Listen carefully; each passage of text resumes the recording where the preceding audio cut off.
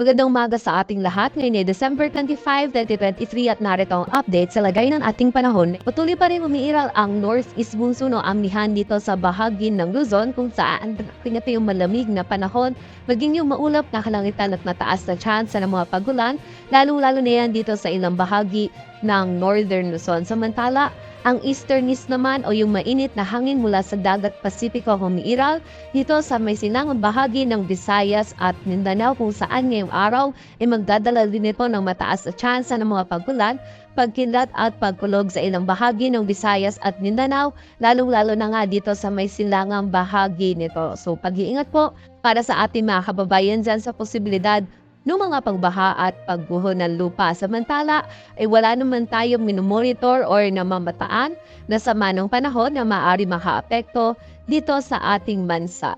At para nga sa magiging lagay ng panahon ngayong araw ng Lunes, maulap na kalangitan at mga pagbulan pa rin yung mararanasan dito sa bahagi ng Cagayan de Oro, Apayao, Kalinga, maging sa bahagi din ng Aurora at Quezon, dulot pa rin po yan ng amihan. Samantala, meron tayong mararanasan lamang ng mga isolated na mga pagulan dito sa bahagi ng Palawan, dulot naman yan ng mga localized thunderstorms. At dito sa Metro Manila, maging sa nalalabi bahagi pa ng Luzon, ay patuloy nga po magiging generally fair weather condition ang ating mararanasan, maliban na lamang po yan sa mga tsansa pa rin ng mga may hinang pagulan or pag-ambon na dulot pa rin ng amihan.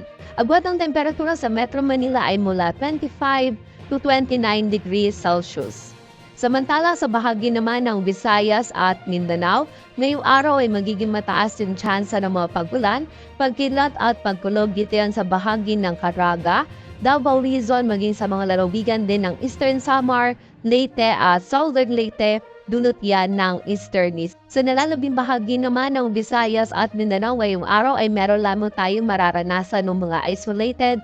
Ito yung mga biglaan at mga panandaliang pagkulan, pagkidlat at pagkulog, dulot naman yan ng easterlies at ng mga localized thunderstorms. Agwat ang temperatura sa Cebu ay mula 27 to 30 degrees Celsius at sa Davao naman ay 25 to 32 degrees Celsius.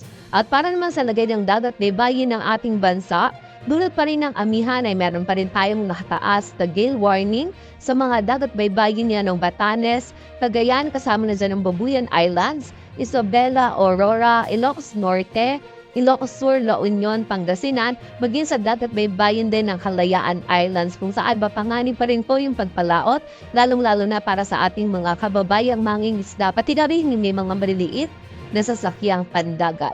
At para naman sa 3-day outlook ng mga key cities ng ating bansa, in the next 3 days, bukas yan ng Martes hanggang sa Huwebes, patuloy nga po makakaranas yung malaking bahagi ng ating bansa ng bahagyang maulap hanggang sa maulap na kalangitan. Maliban na lamang po yan sa silangang bahagi ng Visayas at Mindanao kung saan dito nga po sa bahagi ng Metro Manila at Baguio City ay meron lamang tayo mararanasan ng mga isolated na mga mahihinang pagulan or pag-ambon na dulot pa rin ng amihan.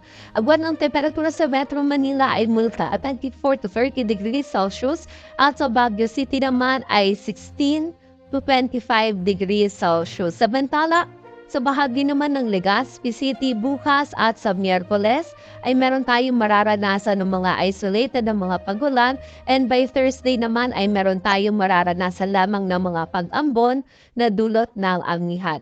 Abot ng temperatura dito sa Legazpi City ay mula 25 to 31 degrees Celsius. Sa bahagi naman ng Metro Cebu at ng Metro Davao in the next 3 days ay makakaranas po tayo ng mga isolated ng mga pagulan, pagkilat at pagkulog, dulot po yan ng mga localized thunderstorms. And during severe thunderstorms, itong mga pagulan nito posible pa rin maging katamtaman hanggang sa mga malalakas na pagulan na maaari mong dulot ng pagbaha. Agwat ang temperatura sa Metro Cebu ay mula 27 to 31 degrees Celsius at sa Metro Davao naman ay 24 to 33 degrees Celsius.